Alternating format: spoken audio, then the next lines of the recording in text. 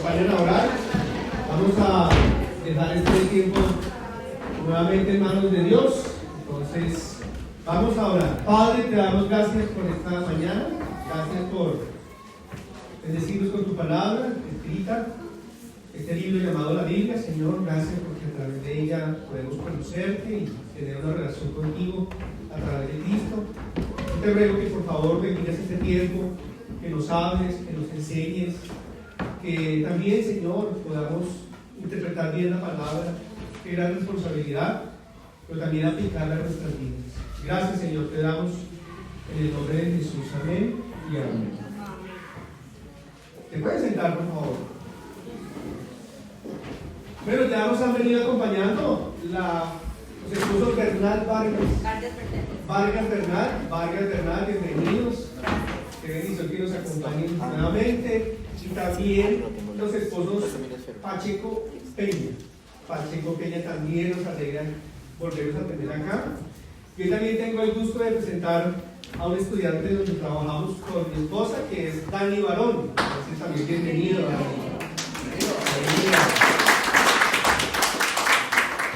Nos alegra mucho recibirles y así también un día nosotros llegamos por primera vez o sabemos que algunos han estado en otra iglesia o van a otra iglesia, pero nos alegra mucho eso. Qué bendición. Pues hoy tenemos el pasaje de Romanos capítulo 10, venimos estudiando desde el capítulo 1. Vayamos por favor allí. Es una carta escrita por el apóstol Pablo a la iglesia, y esta iglesia está ubicada en Roma, pero también es un mensaje para nosotros, la iglesia de hoy. Todas las cartas del Nuevo Testamento son para la iglesia, incluyendo los evangelios, incluyendo el libro histórico de Hechos y también el libro profético de Apocalipsis. Entonces, hoy vamos a estar en Romanos capítulo 10 y le puse como título a este mensaje: Jesús, el Señor Jesús es rico. El Señor Jesús es rico. Y como versículo base o versículo principal para recordar, la segunda parte del versículo 12 está ahí. ¿Sí lo ven en la pantalla? Pues el mismo Señor de todos, el rico para con todos los que le invocan. Por favor, tengan presente ese versículo en el desarrollo del mensaje. Pues el mismo Señor Jesús, que es Dios de todos, es rico para con todos los que le invocan. Muy bien. Se me permite, o a los predicadores se nos permite también ir al contexto de cada pasaje que vamos a estudiar, ¿no? Entonces, me gustaría compartirle algunas cosas del capítulo 9 en Romanos. Primero, pues decir que no es un capítulo difícil de interpretar, pero sí hay algunas cosas que son claras, y es que el capítulo 9, 10 y 11 habla especialmente de Israel. También habla de los gentiles, pero aquí habla especialmente de Israel. ¿Y cómo llegamos a esa conclusión de que es Israel y no nosotros los gentiles, o cuándo somos los dos? ¿Cómo podemos llegar a esa conclusión? Muchas veces por el mismo pasaje, ¿sí? Entonces vamos a ver cómo nos va. Vamos a ir al versículo 1 del capítulo 9. ¿Están conmigo? Romanos 9:1.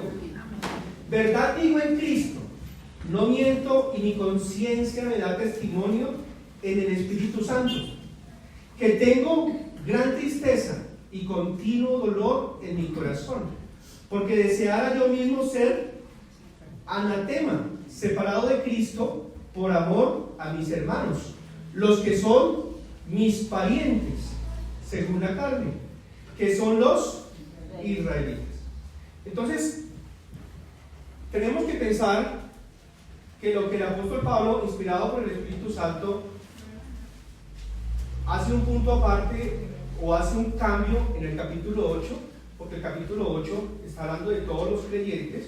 En el 9 se especifica hacia Israel. Sabemos que Israel es su pueblo escogido, su pueblo con pactos, su pueblo le hizo una promesa, la venida de un Salvador llamado el Mesías, y por eso tenemos el Antiguo Testamento. Entonces, el versículo 4 dice, ¿son los o son qué? Israelitas. Teniendo eso en mente, de que el pasaje es, o está hablando de los israelitas, está hablando de una nación, está hablando de una cultura, está hablando de un pueblo del Antiguo Testamento, es ahí donde nosotros debemos tener claro lo que va a venir hacia adelante. ¿Listo? Entonces, por ejemplo, vayamos al versículo 6.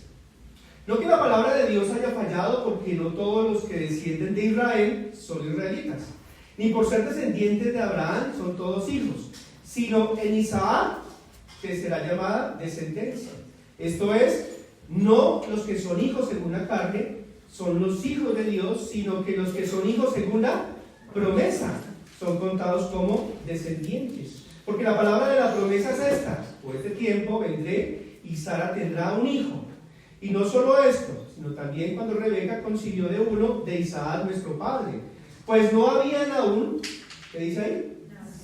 No habían aún nacido, ni habían hecho aún ni bien ni mal, para que el propósito de Dios, conforme a la elección, permaneciese no por las obras, sino por el que llama. Se le dijo, el mayor servirá al menor, como está escrito, Jacob amé, mas a Saúl aborrecí. Entonces, este pasaje está hablando primero de Israel. Tenemos que tener eso muy presente. Y cuando se habla de la elección, se está hablando de lo que Dios hizo soberanamente para con el pueblo. Empezando por Abraham, luego Isaac, Jacob con Esaú, el elegido fue Jacob, se le cambió el nombre por Israel, y de ahí las 12 tribus, y luego vino Moisés. No se está hablando de la iglesia. Hay que tener eso presente, porque lo que muchas veces sucede es que cuando encontramos una palabra como elección, decimos de plano, es para todas las épocas, o es para todos los tiempos. Pero si somos juiciosos de interpretar el pasaje, la elección ahí es solamente Israel. ¿Listo? Porque no aparece en ese pasaje todos, como si en Romanos capítulo 10. Y bueno, nos vemos entonces en un debate interno, en un dilema interno, y es, ¿qué pasa con los otros pasajes en otras partes del Nuevo Testamento donde aparece la palabra elección? Entonces ahí tendríamos que ir, mirar el contexto y poder interpretar qué quiso decir Dios, porque la Biblia tiene solamente una interpretación. ¿Qué quiso decir Dios? Aquí sabemos que es Israel, pero si en otro lado aparece la iglesia, ¿qué quiso decir Dios? Entonces, para poder solucionar ese dilema o ese conflicto teológico, vamos a ir a Efesios capítulo 1, donde aparece otra vez la palabra elección, pero aparece en un contexto de iglesia, no de Israel, como Romanos capítulo 9. Yo sé que aquí me estoy demorando un poquito, pero me parece que es importante. Efesios capítulo 1. Efesios capítulo 1. Versículo 1. Pablo, ¿está conmigo? Apóstol de Jesucristo por la voluntad de Dios, a los santos y fieles en Cristo Jesús, que están en Éfeso, o sea, la iglesia ubicada en Éfeso, llamados santos y fieles en Cristo Jesús. Versículo 2. Gracia y paz a vosotros de Dios nuestro Padre y del Señor Jesucristo. Bendito sea el Dios y Padre de nuestro Señor Jesucristo, que nos bendijo con toda bendición espiritual en los lugares celestiales en Cristo. Versículo 4. Según nos escogió en Él antes de la fundación del mundo, para que fuésemos santos y sin mancha delante de Él. Entonces aquí también tenemos una elección. Y entonces llegaríamos a pensar y poder decir que Dios elige a unos y a otros no. porque en eso funciona, o en eso se hace la elección. Escoge a unos y a otros pasa por algo. Es lo que uno llegaría a pensar. Y este pensamiento es muy antiguo, en un hombre llamado Agustín, por allá en el siglo III, siglo V. Él habló sobre una elección de algunos y de otros no. Pero también en ese mismo periodo, en esa misma época, hubo otro hombre llamado Crisóstomo, donde él enseñó diferente, pensando en, bueno, ¿qué dice la Biblia? Entonces, el versículo 4, aquí voy a entrar ya a interpretar el versículo 4, cuando dice que Él nos escogió antes de la fundación del mundo, tenemos que tener presente lo que dice el versículo 3. Son bendiciones espirituales en lugares celestiales en Cristo.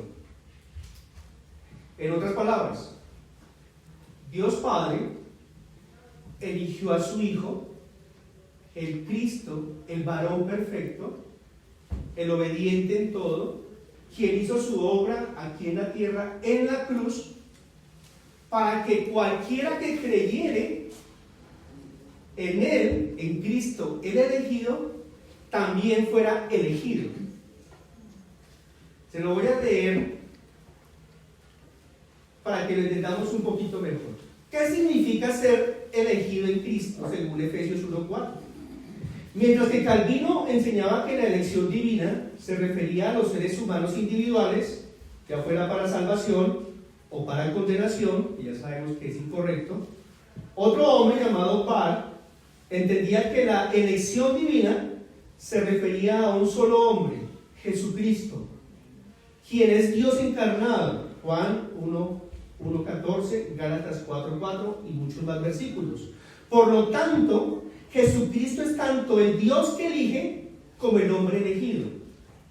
Que Jesucristo es elegido por Dios Padre lo confirman los textos bíblicos como Isaías 42, Lucas 9, Primera de Pedro 2:4, por ejemplo. Entonces salió una voz de la nube que decía: este es mi Hijo amado, este es mi Hijo elegido, escúchalo. Jesucristo es la elección de Dios, el elegido. Ahora podemos entender la afirmación de Pablo. Él nos escogió en Él, en el Hijo, antes de la fundación del mundo. Antes de que cualquier ser humano fuera concebido o naciera, Dios escogió al Hijo, a su Hijo eterno. Jesucristo es la elección o el elegido mediante su encarnación. Como resultado, todos los que se encuentran en Jesucristo obtienen toda bendición espiritual, lo que incluye ser elegidos por estar en Cristo. Él nos eligió para ponernos en Él, nos eligió en Él. No hay justificación para la idea de que la elección previa, Dios selecciona a algunos individuos para ser puestos en Cristo. En cambio, una vez que creemos en Jesucristo o recibimos, estamos en Cristo. Y aquí termino. La Biblia no dice que somos elegidos para ser puestos en Cristo, sino que somos elegidos en Cristo. Nuestra elección no es independiente de la suya. Quienes están en Cristo comparten su elección y por lo tanto son elegidos en Él. El contexto nos ayuda un poco más. Vayamos al versículo 13, por favor.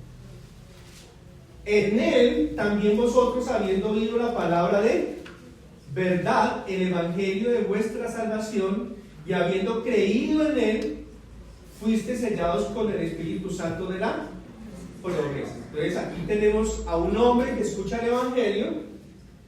Primero lo escucha, lo entiende, lo comprende, ahora lo cree y es salvo.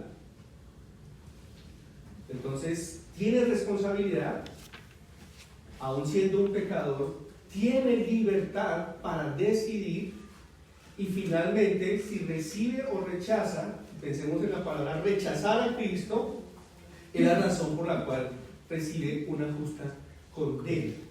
Entonces, el pasaje principal es el versículo 3. El bendito Dios y Padre de nuestro Señor Jesucristo los bendijo con toda bendición espiritual en los lugares celestiales en Cristo. Y porque Él es elegido, los que creen que pueden ser cualquier persona en la tierra, vamos a ver eso en Romanos 10, entonces también es elegido en Él.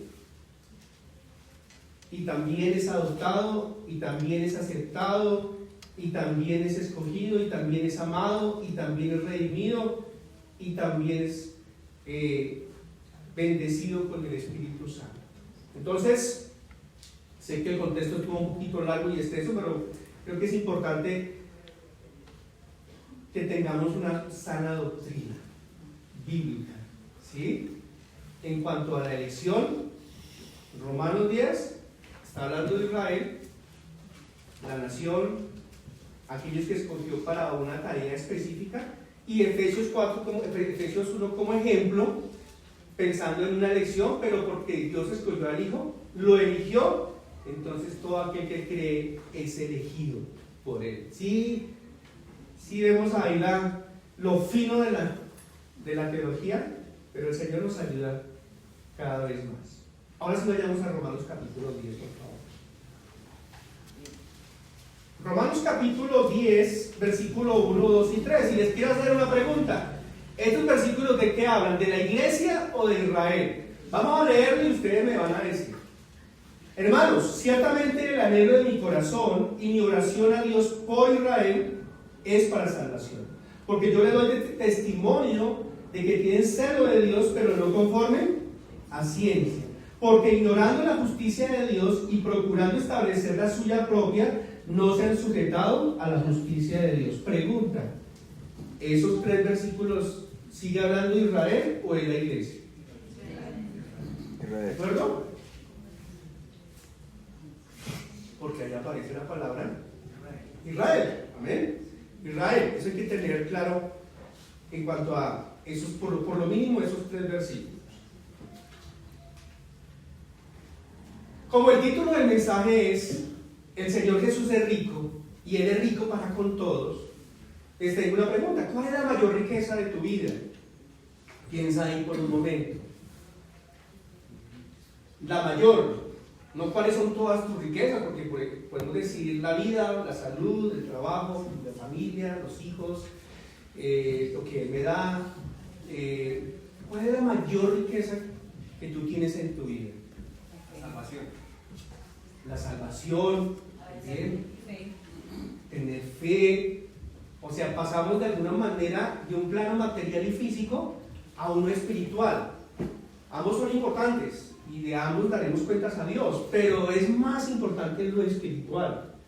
Cuando llegamos a conocer a Cristo, entramos a su reino, tenemos una relación con Él y sabemos que hay cosas que son eternas, que perduran, que no se dañan, que son para siempre.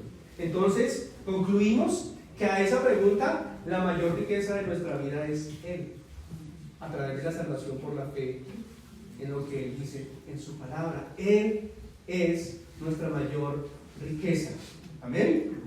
Y como Él es nuestra mayor riqueza y Él es rico para con todos, pues el pasaje nos da 2 posibles partes. La primera: Él es rico para aquellos que reciben la justicia en el corazón, del versículo 1 al versículo 10. Y Él es rico para aquellos que dan el mensaje a los perdidos, versículo 11 al versículo 21. Entonces ahí tenemos los 2 subtemas del principal tema, que es Dios es rico, el Señor Jesucristo es rico. Ahora, ¿en qué sentido? Para aquellos que reciben la justicia en el corazón. Y segundo, como resultado, para aquellos que dan el mensaje a los perdidos. O sea, es una riqueza compartida. Es una riqueza que no se queda solamente en algunos, sino que puede ser para todos. Porque eso es lo que dice el versículo 12 en la segunda parte. Él es rico para con todos lo que les invoca. Entonces necesitamos unir Romanos 9 con Romanos 10, y el hermano William va a estar con esa finalización de Israel en el Romanos capítulo 11 el próximo domingo. No me lo pierdan. Vamos a pensar entonces, Jesús es rico para con todos, para aquellos que reciben la justicia en el corazón. Ya leímos el versículo 1 al 3. Vamos a pensar la situación de las religiones. Cuando escuchamos la palabra religión, sabemos que son todas aquellas creencias de un Dios que demandan una fe, que con base en esa creencia actuamos, o con base en un libro tenemos un norte, tenemos algo por hacer. Entonces vamos a hablar de manera amplia, las religiones, pero teniendo presente que el texto habla al inicio de Israel. ¿Listo? Versículo 4. Porque el fin de la ley es Cristo, para justicia a todo aquel que cree. El Señor Jesucristo, Él dice por allá en Mateo capítulo 5, yo no he venido a abrogar la ley, no he venido a incumplir la ley, sino que he venido a obedecer. Tenemos a Jesús que obedeció toda la ley. Pero también Jesús, según ese versículo, es el fin de la ley. ¿Cómo así? ¿Qué significa eso? O sea, ¿ya no hay ley hoy? No. En cuanto a la exigencia que declara Deuteronomio de obedecerla para poder recibir la aceptación de Dios. Más adelante dice, si obedeces, vivirás. Eso es lo que dice Deuteronomio. Pero Cristo sí lo hizo. Él obedeció todo y resucitó al tercer día. Por eso necesitamos estar en Cristo para que la exigencia de la ley quede cumplida a causa del pecado, a causa de la desobediencia. Miren que el versículo 4 nos expresa eso, pero también introduce a la iglesia. ¿Sí lo ve ahí el versículo 4? Cambia de Israel a la iglesia o a los gentiles. Volvamos a leer. Porque el fin de la ley es para justicia a Israel, ¿qué cree? Ahí entonces tenemos otra vez, ahí nosotros, uruguayo, italiano, americano, tenemos a todos. Amén. Cristo ya vino, cumplió la ley, el fin de la ley, pasó hace 2000 años, un poco más. Todo aquel que cree recibe justicia. Amén, porque Él es la justicia perfecta. El justo y el que justifica, dice Romanos 3. La justicia de Dios por medio de la fe en Jesucristo. A todo aquel que cree. A todo aquel que cree. Porque no hay diferencia. Por cuanto todos pecaron, también todos están destituidos de la gloria de Dios. Entonces, el versículo 4 tiene ese cambio, ya no solamente Israel, sino que ahora entramos todos. Versículo 5, porque de la justicia que es por la ley, Moisés escribe así, el hombre que haga estas cosas vivirá por ellas. Eso aparece acá, también aparece en Gálatas 3, eso es el antiguo pacto, antiguo testamento, que quedó ya abolido, que una vez el Señor Jesucristo murió, entonces ahora hay un nuevo pacto y hay un nuevo testamento. Pero el antiguo era así, ¿sí? Pero Cristo vino y eres el nuevo pacto, el nuevo pacto de sangre o pacto de gracia, también la Biblia dice. Entonces, el 5 dice dos cosas. Porque de la justicia que es por la ley, Moisés escribe así: el hombre que haga estas cosas vivirá por ellas. Pero el anterior es: el que cree en Cristo recibe su justicia, recibe su aprobación, recibe su perdón, recibe su amor salvador. Versículo 6. ¿Están conmigo? Vamos a pedir ahora a un hermano que lo lea. Hermano Gabriel, ¿lo puede leer, por favor? Versículo 6. Dice: pero la justicia que es por la fe dice así: no digas en tu corazón, ¿quién subirá al cielo? Esto es para traer abajo a Cristo. ¿O quién descenderá al abismo? Esto es para hacer subir a Cristo entre los muertos. Amén. 6 y 7. Qué pena. Amén, no, y estaba bien, vamos bien. Entonces el versículo 6 Dice, pero la justicia que es por la fe dice así: no digas en tu corazón quién subirá al cielo, esto es para traer abajo a Cristo. Y el 7, o quién descenderá al abismo, esto es para hacer subir a Cristo entre los muertos. Dice un comentarista, Matthew Henry, cuando hablamos de mirar a Cristo y recibir y alimentándose de Él, no es Cristo en el cielo, ni Cristo en lo profundo, queremos decir, sino Cristo en la promesa. Cristo se ofreció en la palabra. Cristo está presente. Cristo está vivo entre los muertos. Cristo lo llena todo en todo. Cristo es Señor en los cielos y en la tierra. No está por allá lejos en los cielos, que es lo que quiere decir el pasaje de algún pensamiento, o está por allá abajo, debajo de la tierra. Él está. Él es la palabra. Él está aquí, espiritualmente hablando. Él está acá esta mañana, usando esta herramienta, este instrumento para dar este mensaje, pero es el Espíritu de Cristo, que también la Biblia dice, refiriéndose al Espíritu Santo o al Espíritu de Dios. En nosotros está el Espíritu de Cristo. Entonces, esas palabras que aparecen ahí, no digas esto, tampoco digas esto, es porque muchas veces pensamos en un Jesús lejano, en un Jesús que se fue y que un día volverá, pero que no está con nosotros. ¿Por qué digo esto? Porque el versículo 8 nos muestra cuán cercano está Él. Más, ¿qué dice? Cerca de ti está la palabra, en tu boca y en tu corazón. Esta es la palabra de fe que predicamos.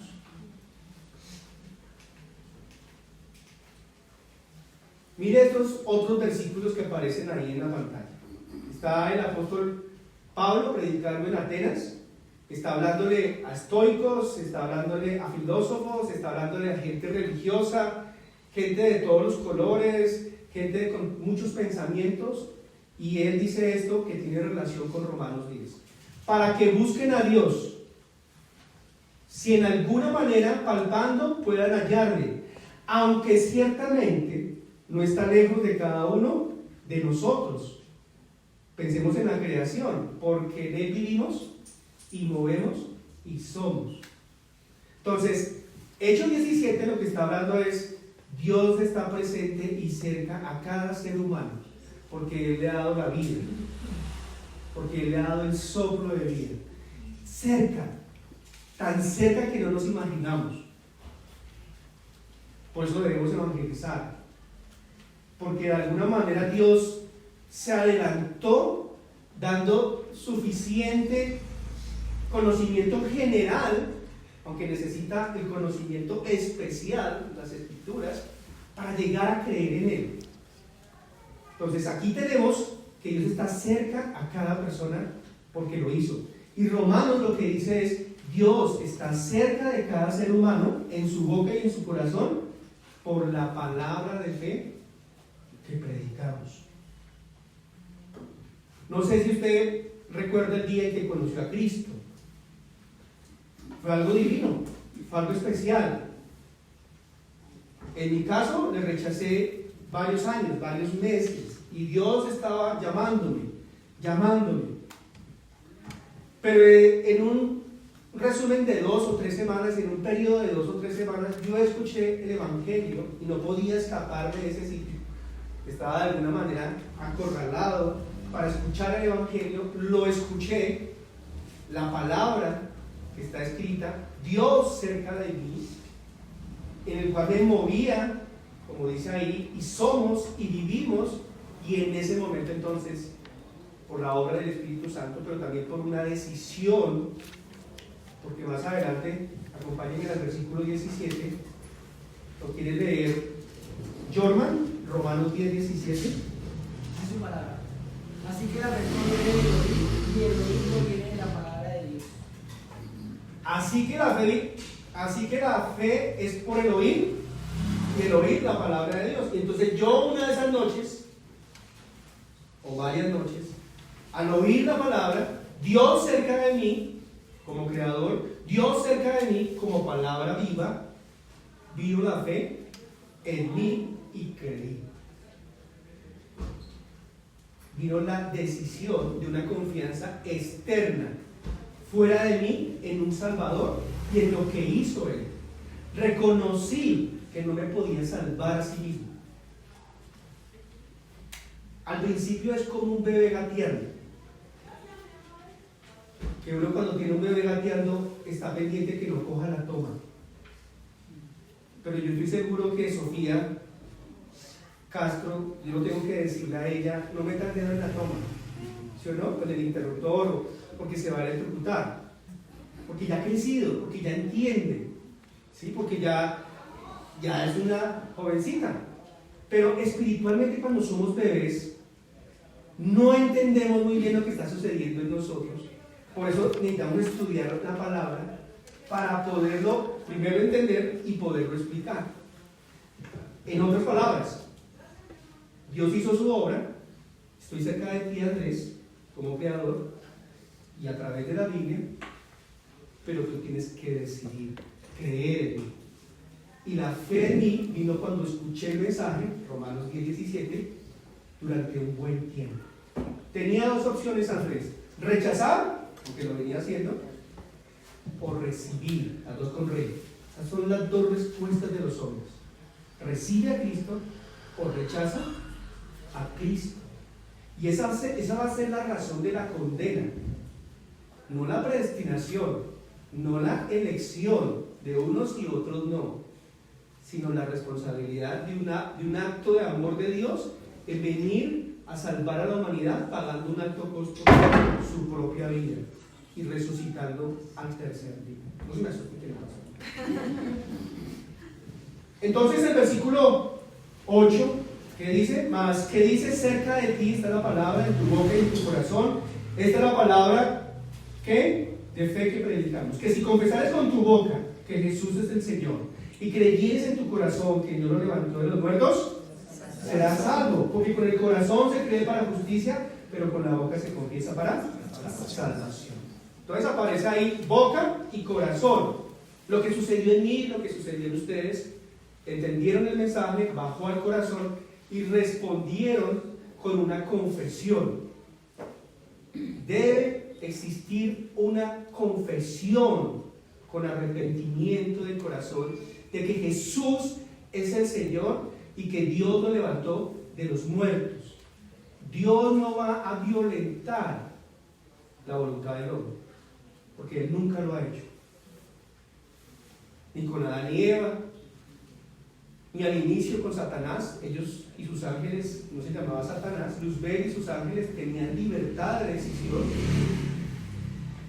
Unos se mantuvieron firmes en santidad, hablando de los ángeles, en su libertad, y otros se mantuvieron no firmes y decidieron rebelarse contra Dios, yendo en contra de Él, buscando usurpar su lugar, y las consecuencias llegaron. Adán y Eva tenían libertad, los hombres del Antiguo Testamento tenían libertad, y por eso también nosotros tenemos libertad y somos responsables. ¿Qué pasaría si yo le digo a mi esposa, a usted le dijo alguna vez a su esposa, yo la amo con mi mente? ¿Será diferente si yo le digo, yo la amo con mi corazón? ¿Sí o no? ¿Qué dicen las mujeres? Sí. Amén, hermano. ¿No? ¿Por qué? Porque el corazón está todo. En la mente está una partecita. Hace parte también de entender el Evangelio. Pero en el corazón reside la esencia de mi ser. Cuando yo le digo a mi esposa, te amo con mi corazón, estoy diciendo que le estoy amando con todo. A diferencia que le dijera que con mi mente. Entonces, pensando en eso, del amor de corazón, es lo que aquí se puede comparar a lo que el Señor Jesús o la palabra de Dios está diciendo. Confiese con tu boca que Jesús es el Señor, su autoridad, su reinado. Cree en tu corazón que Dios lo levantó de los muertos. Y la promesa que es, serás salvo. Amén. Serás salvo. Esa es la promesa. La del ladrón estaba a minutos de morir al lado de Jesús. Él creyó de corazón y Jesús dio su fe a un mensaje encarnado allí en la cruz y le dijo, hoy estarás conmigo en el paraíso. Entonces, hemos visto del versículo 1 al versículo 4, las religiones, el que haga estas cosas vivirá, es necesario la propia justicia. En la segunda parte, la situación del cristianismo, es la justicia de Cristo, es yo responder a ese llamado de Dios, creyendo de corazón y confesándolo con mi boca. Confesándolo con mi boca. Para ilustrarlo un poquito, vamos a pensar que hay un hombre que se está ahogando. Y mucha gente está en un puente y está preocupado porque ese hombre se está ahogando. Y a la orilla hay otro hombre. Y la gente le está gritando a ese hombre, por favor, sáquelo que se está ahogando. Y ese hombre se queda quieto. Y la gente mucho más se preocupa, mucho más grita, mucho más manotea para que ese hombre lo saque. Finalmente este hombre empieza a hundirse. ¿Y qué pasa con el salvavidas, supuesto salvavidas? Va hasta donde está él y lo saca. Y entonces luego la gente le pregunta, oye, ¿por qué usted no fue inmediatamente? Pero lo que sucede es que si va inmediatamente, ambos se ahogan, ¿sí o no? En cambio, si él llega a un punto donde ya casi está muerto, se deja sacar. La ilustración acá es, nosotros tenemos que vernos como perdidos, como arruinados, como ya en el infierno, aunque no estamos en el infierno, para que Él nos salve. De lo contrario, vamos a estar pataleando con nuestras obras, con nuestras bondades que no sirven de nada. Cristo hizo eso, y Cristo sigue haciendo eso. La obra del Espíritu convence, la obra del Espíritu reargulle, la obra del Espíritu compunge. Hechos capítulo 2. Fuimos compungidos a escuchar el mensaje del apóstol Pedro. ¿Qué hacemos? Crean, dijo el apóstol Pedro. Pero porque se sintieron ¿qué? Ahogados. Estaban ahogando por su pecado y reconocieron al Señor Jesús como su Salvador. Tenemos dos polos totalmente opuestos. Primero, las obras del hombre, y segundo, solo la obra de Jesús. ¿Tú cuál tienes? ¿Solo a Jesús como tu Salvador? ¿O sigues confiando en tus obras para salvarte? De nada sirve. Vamos entonces a ver en estos pocos minutos la segunda parte del mensaje. Dios es rico para aquellos que confían de corazón en su justicia. Y aquí es, Dios es rico para aquellos que dan el mensaje a los perdidos. Vayamos allí al versículo 11. Pues la Escritura dice, algunos, más duro diga por favor. Todos. La Escritura dice, todo aquel que en él creyere no será avergonzado, porque no hay diferencia entre judío y griego. Ahí está la iglesia, o el alcance para todos. Pues él mismo que es Señor de todos, es rico para con todos los que le invocan. Porque todo aquel que invocar el nombre del Señor será salvo. Y de aquí en adelante, mi hermano, si pudiera usted también hacer el estudio, casi que versículo tras versículo está unido a un versículo del Antiguo Testamento. ¿Sí? Eso no es que el apóstol Pablo tenga una mente brillante, o que sea un judío que conoce la ley. Es porque el Espíritu Santo le dijo, aquí coloca lo que aparece en Deuteronomio, aquí coloca lo que tiene el Salmo, aquí coloca lo que tiene Isaías. Casi que la mayoría de versículos en esta segunda parte es una copia, pero se le hacen pequeños cambios, porque está pensando Dios no solamente en Israel, sino en la iglesia. Y esto lo vamos a ver aquí rápidamente, pero vamos a ver esos pequeños cambios. Versículo 11, 2, 13, ya lo leímos. Dios es rico, Dios quiere que todos los hombres lleguen a ser salvos, pueden ser potencialmente salvos, pero la condición es que crean. Versículo 14, 15 y 16. ¿Cómo pues invocarán a aquel en el cual no han creído? ¿Y cómo creerán en aquel de que no han oído? ¿Y cómo oirán sin haber quienes prediquen? ¿Y cómo predicarán si no fueren enviados? Como está escrito, cuán hermosos son los pies de los que anuncian la paz, de los que anuncian las buenas nuevas. Tenemos el énfasis especial del todos en Romanos 3, Romanos 3, 22, 23, Romanos 5, 12, Romanos 8, 32. Y más adelante el hermano William va a enseñar este versículo porque Dios sujetó a todos en desobediencia para tener misericordia de todos. En estos versículos tenemos ya el método de Dios. ¿Qué significa método? Podemos resumirlo: el procedimiento a seguir para alcanzar a otros, el más efectivo, el que debe la iglesia alinear para llevar el mensaje a otros. Entonces, aquí vemos 4 cosas, no espero demorarme mucho, pero es: los que creen, invocarán. ¿Sí? Los que creen es porque prestaron atención al mensaje escrito. Y esos que oyeron, alguien les dio el mensaje. Y esos que dieron el mensaje, que es todo creyente, que debe cumplir la gran comisión, es porque fueron enviados. Enviados por sus ancianos, enviados por sus líderes de ministerio, enviados por Dios. Dios nos está enviando a todos. Y la forma más efectiva es caminando. Aunque estamos en una era de tecnología donde mandamos mensajes con emoticones, con imágenes, con versículos, esa no es la manera más efectiva, aunque la palabra de Dios se puede regar. El mejor método es yendo, caminando. Porque Isaías 52:7 dice, y acá dice también en Romanos, cuán hermosos son los pies de los que anuncian la paz, de los que anuncian las buenas nuevas. Tenemos que caminar para llevar el mensaje del Evangelio, bien sea a una consejería, bien sea a un discipulado, a un encuentro con una persona por primera vez, lo que hicimos ayer en el portal de Suba, caminando, hablando, con conversaciones, con preguntas, abriendo la Biblia, hablándoles de Cristo. Pero nosotros muchas veces estamos muy cómodos y no queremos caminar para llevar el mensaje, ¿sí o no? Hay confort, hay algo que nos detiene.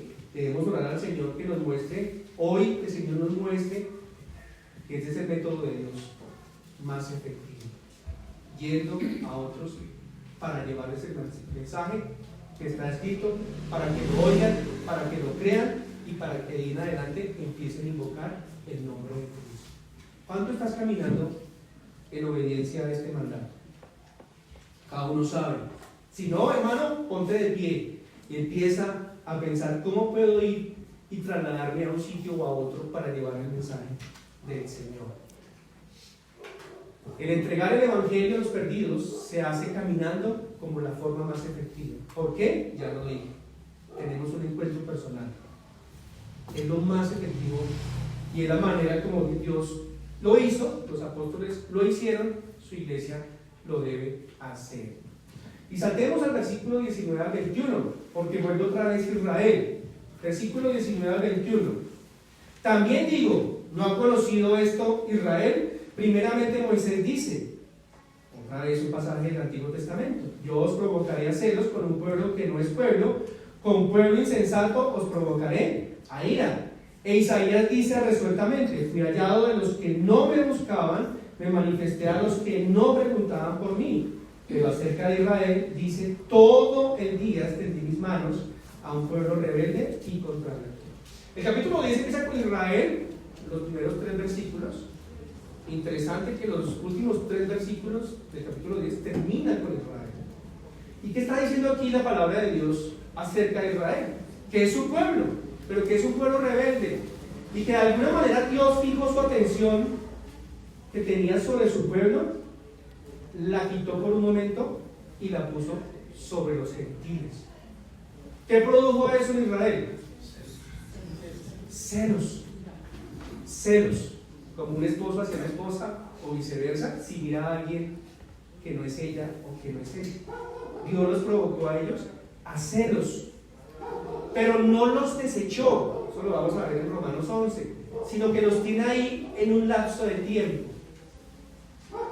En Daniel aparece una profecía que es la profecía de las 70 semanas de Daniel. ¿La han escuchado? ¿Sí? Nosotros estamos en la semana 69, que empezó cuando Cristo murió y hasta el día del rapto. Esa es la semana 69 de Daniel. Y entonces, ¿cuál es la 70? La 70, la semana de Daniel, es el tiempo de la tribulación. 7 años, donde vendrá el anticristo, y Dios, como tiene su atención hacia la iglesia ahora, y su iglesia va a ser llevada al cielo, pues ahora Dios cambiará su atención, sin dejar a la iglesia de prestar atención, la prestará sobre Israel y el trato de Jacob. ¿Para qué? Para que y también van a haber salvos gentiles, ¿no? En la tribulación creo que también van a haber salvos gentiles. Pero especialmente su trato es con el pueblo de Israel, preparándolo ¿para dónde? Para su segunda venida y el reino milenial. ¿Por qué? Porque todo lo que quedó pendiente por cumplir, no debido a Dios, en el pecado del hombre, en el Antiguo Testamento, se cumplirá perfectamente en el milenio.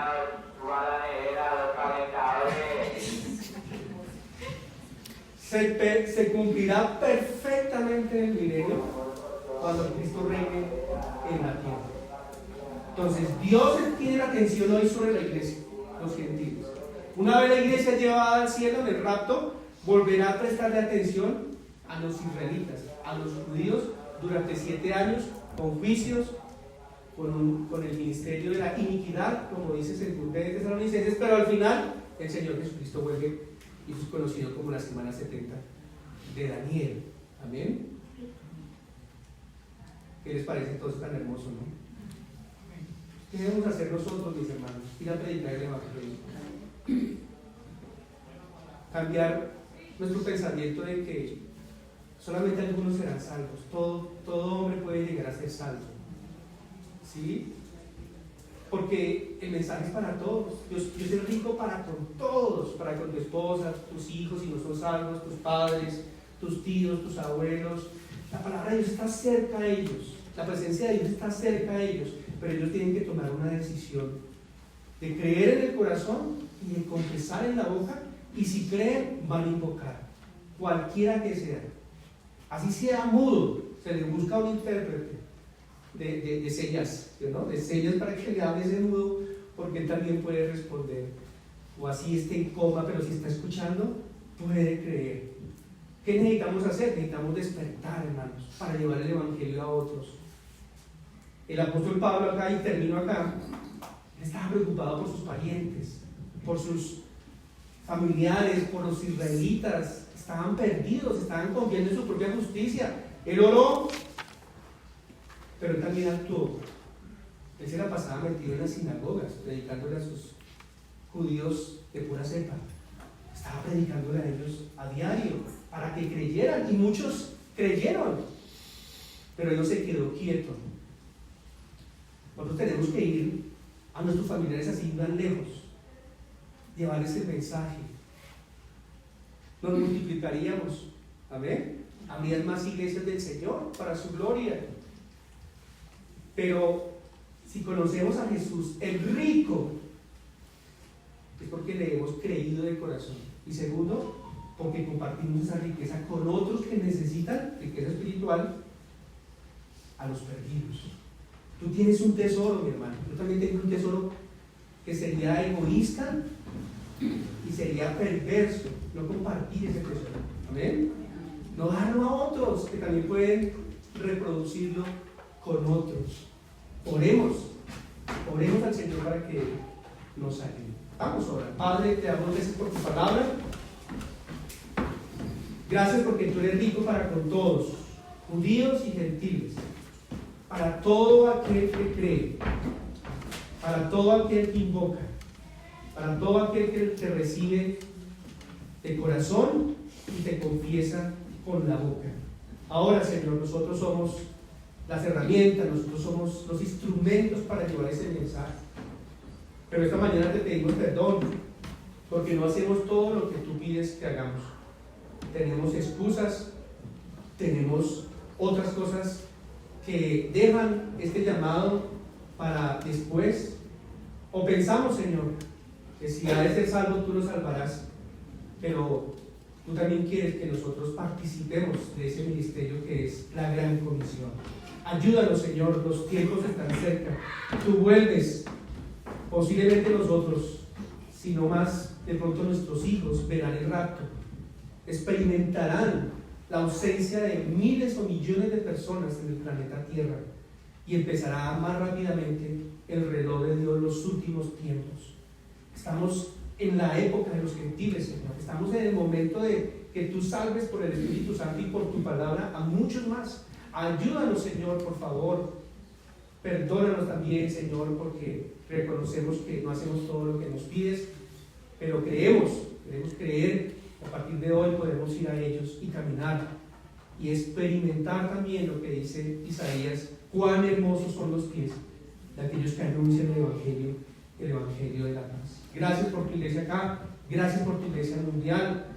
Todos necesitamos unirnos a este propósito, que en tus palabras, Señor, es ir y hacer discípulos a todas las naciones, bautizándoles en el nombre del Padre, del Hijo y del Espíritu Santo, y enseñándoles que guarden todas las cosas, y aquí que tú estás con nosotros todos los días hasta el fin del mundo. Señor, ayúdanos, por favor. Oramos con fe en el nombre de Jesús. Amén y amén. El Señor les bendiga. Muchas gracias.